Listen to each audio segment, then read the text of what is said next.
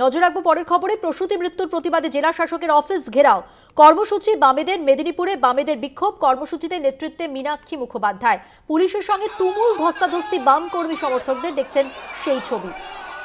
মেদিনীপুরে বামেদের বিক্ষোভ কর্মসূচিতে নেতৃত্ব দিয়েছেন মীনাক্ষী মুখোপাধ্যায়। পুলিশের সঙ্গে তুমুল ধস্তাধস্তি বাম কর্মী সমর্থকদের। প্রতিনিধি সঞ্জীব দাস রয়েছেন টেলিফোন লাইনে। সঞ্জীব, কি কারণে বিক্ষোভ, এই কর্মসূচি সম্পর্কে আরো বিস্তারিতভাবে জানতে চাইব।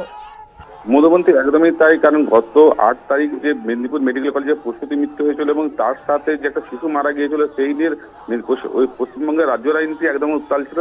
সেইখান থেকে কিন্তু গত কয়েকদিন ধরে বিক্ষোভ চলছে বিভিন্ন রাজনীতি দলে। তার থেকে আজকেও কিন্তু বামফ্রন্টের পক্ষ থেকে এসএফআই, ডিওয়াইফআই এরা একটা প্রতিবাদী মিছিল করেছিল। প্রথমে মেদিনীপুর রিং রোড পরিক্রমা করে এবং জেলা শাসকের অফিসের সামনে এসে মিছিল শেষ হবে। কিন্তু এরকমই প্রোগ্রাম ছিল, কিন্তু তারপরও পুলিশের পক্ষ থেকে কিন্তু প্রচুর পুলিশ মোতায়েন করা হয়েছিল গেটের সামনে এবং অফিসের সামনে।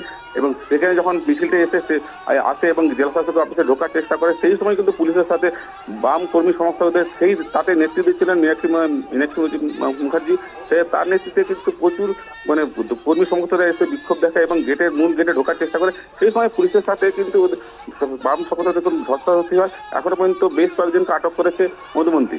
ধন্যবাদ সঞ্জীব। কথা বললাম প্রতিনিধি সঞ্জীব দাসের সঙ্গে।